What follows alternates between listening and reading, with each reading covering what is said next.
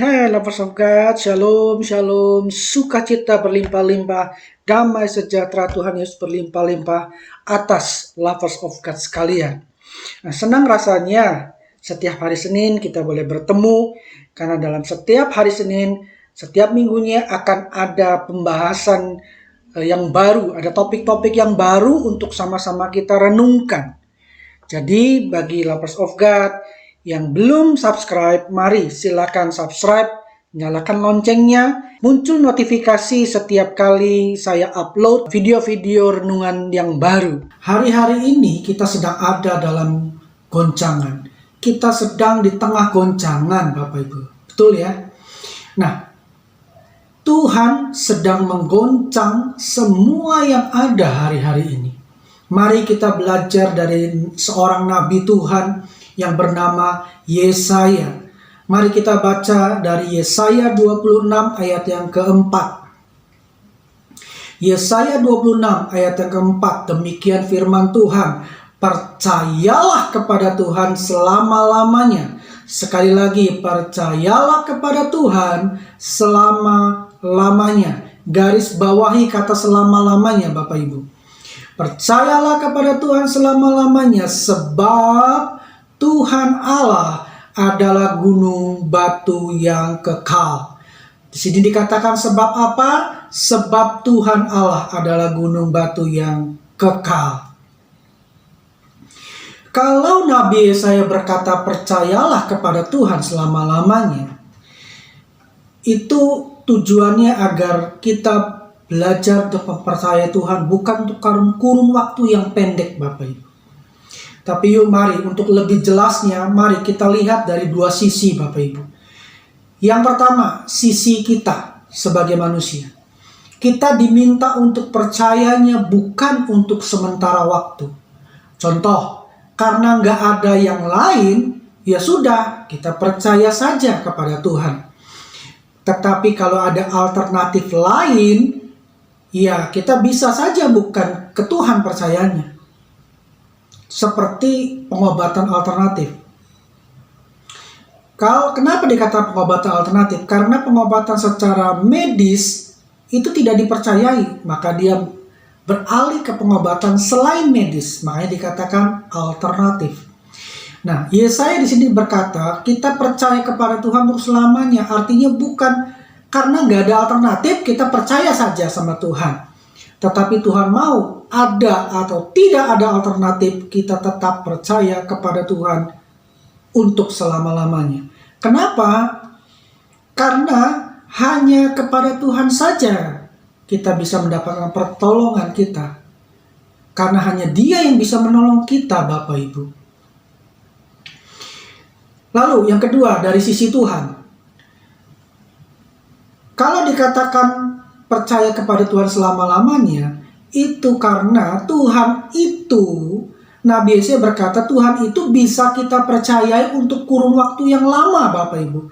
Bahkan selama-lamanya. Karena Tuhan bisa kita percayai untuk kurun waktu yang lama, karena itu Tuhan bisa tolong kita. Kapan? Sekarang saja? Besok saja? Lusa saja? Bukan. Tetapi untuk selama-lamanya. Tuhan bisa tolong kita untuk selama-lamanya. Haleluya. Amin, Bapak Ibu. Kenapa kita bisa mempercayai Tuhan, Bapak Ibu? Karena Dia itu Tuhan. Karena Dia itu Tuhan. Nah, Bapak Ibu, kata Tuhan di sini dalam Yesaya tadi, kata Ibrani yang digunakan adalah Yehova atau Jehovah. Saya percaya kata Yehova atau Jehovah ini familiar di telinga kita. Tapi mari kita renungkan. Berapa banyak di antara kita yang mengerti apa sih arti kata Yehova? Mungkin sering kita berkata Yehova Rafa, Yehova Nisi, Yehova Salom, dan Yehova yang lainnya. Problemnya adalah kita tahu nggak apa sih arti kata Yehova itu? Mari kita renungkan sama-sama. Yehova itu punya arti Tuhan yang eksis, the existing one. Itulah arti kata Yehova. Apa arti Tuhan yang eksis? Tuhan yang sudah ada, Tuhan yang selalu ada, dimanapun, kapanpun, dan dalam keadaan apapun. Itulah artinya Tuhan yang eksis. Makanya kita memberi gelar dia adalah omnipresent, karena sifat dia yang bisa hadir, bisa eksis di mana-mana. Karena itulah omnipresent kita bisa sebut buat Tuhan. Amin Bapak Ibu. Nah, karena dia eksis, selalu eksis, kapanpun, dimanapun, dalam keadaan apapun, makanya dia itu bersifat kekal. Kalau hari kemarin dia eksis, hari ini dia eksis, besok dia eksis, itu artinya dia selalu eksis di luar kurun waktu kita, selama-lama-lamanya, dan itu bersifat kekal. Bapak Ibu, ada satu kata dalam Perjanjian Baru yang digunakan yang memiliki arti atau makna yang sama dengan Tuhan yang eksis, yaitu kata Alfa dan Omega. Kata Alfa dan Omega ini pun familiar di telinga kita sebagai orang percaya. Betul ya Bapak Ibu? Nah, sadarkah kita bahwa kata Alfa dan Omega itu dalam kitab Wahyu ada 3 kali disebut. Sekali disebut, itu penting. 2 kali, lebih penting. Apalagi sampai 3 kali. Kenapa Tuhan izinkan 3 kali tercatat dalam kitab Wahyu, kitab yang terakhir dalam Perjanjian Baru, dalam Alkitab kita? Kenapa? Karena penting untuk kita ketahui. Karena itu yuk, mari kita baca dulu dalam Wahyu 1 ayat yang ke-8. Wahyu 1 ayat yang ke-8 berkata, "Aku adalah Alfa dan Omega, firman Tuhan Allah, yang ada dan yang sudah ada dan yang akan datang, yang maha kuasa." Bukankah itu artinya Tuhan itu eksis? Kapanpun, dimanapun, dalam keadaan apapun. Sama kan artinya? Wahyu yang kedua. Yang kedua dalam Wahyu 21 ayat yang ke-6. Wahyu 21 ayat yang ke-6 berkata, "Firman-Nya lagi kepadaku, semuanya telah terjadi. Aku, kata Tuhan, adalah Alfa dan Omega, yang awal dan yang akhir. Yang awal dan yang akhir. Orang yang haus akan kuberi minum dengan cuma-cuma dari mata air kehidupan." Yang ketiga Bapak Ibu, dalam Wahyu 22 ayat yang ke-13, ya, disitu dikatakan, "Aku, kata Tuhan, adalah Alfa dan Omega, yang pertama dan yang terkemudian, yang awal dan yang akhir." Renungkan ini Bapak Ibu. Jika di awalnya ada Tuhan dan di akhirnya ada Tuhan, maka pasti di tengah-tengahnya ini ada Tuhan. Amin. Jika di awal dan di akhir ada Tuhan, apakah ada hal-hal di tengah-tengahnya ini yang tidak Tuhan ketahui, yang tidak Tuhan kuasai? Jika di awal, tengah, dan akhir ada Tuhan, artinya dia eksis di mana-mana. Karena dia eksis di mana-mana, karena dia selalu eksis, karena dia selalu omnipresent, itu sebabnya dia dapat selalu menolong kita kapanpun, bahkan dalam segala musim hidup kita. Baik saat kita senang maupun saat kita susah. Apapun problematika kita, Tuhan dapat tolong kita.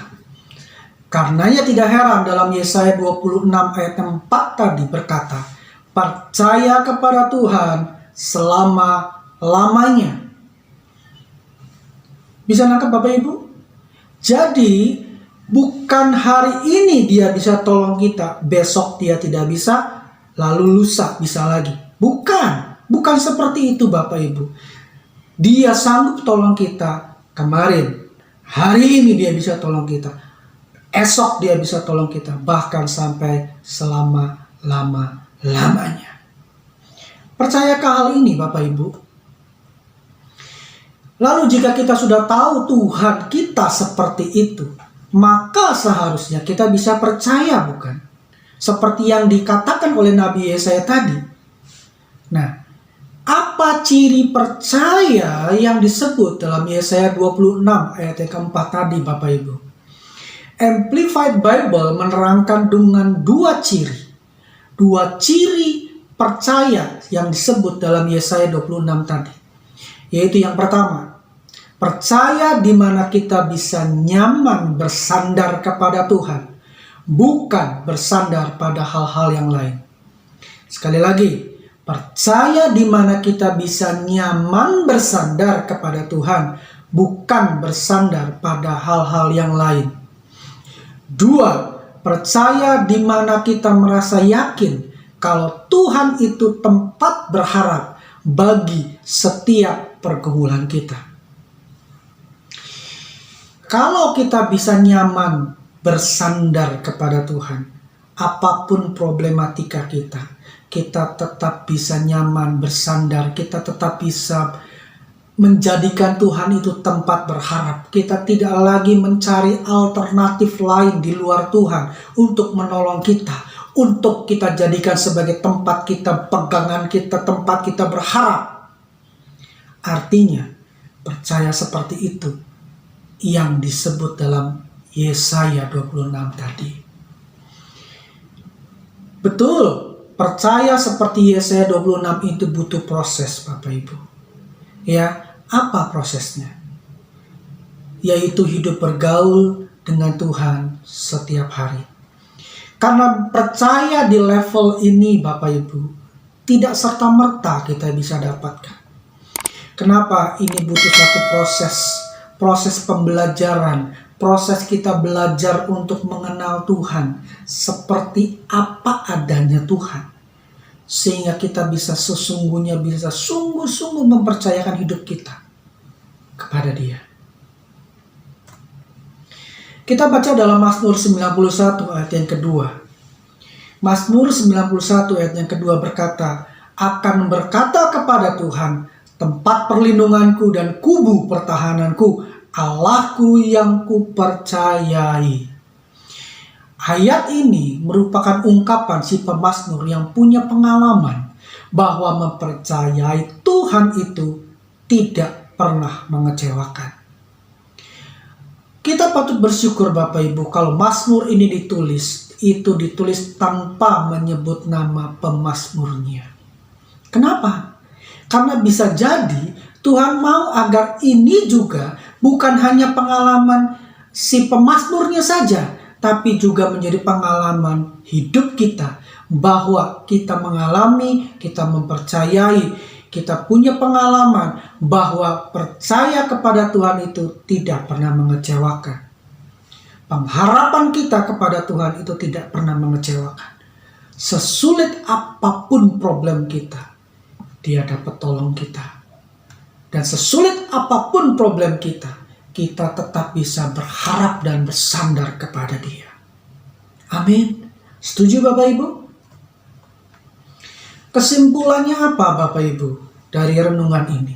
Kesimpulannya adalah karena Dia Tuhan yang eksis, Alfa dan Omega, yang awal dan yang akhir, maka kita bisa mempercayakan hidup kita selama-lamanya kepada Tuhan. Kita bisa percaya kepada Tuhan selama-lamanya. Kita bisa andalkan Dia dalam segala keadaan kita, dalam segala problematika kita yang sedang kita hadapi, dalam setiap pergumulan kita, dalam setiap badai yang kita hadapi, dalam setiap gelombang-gelombang tekanan yang sedang kita hadapi.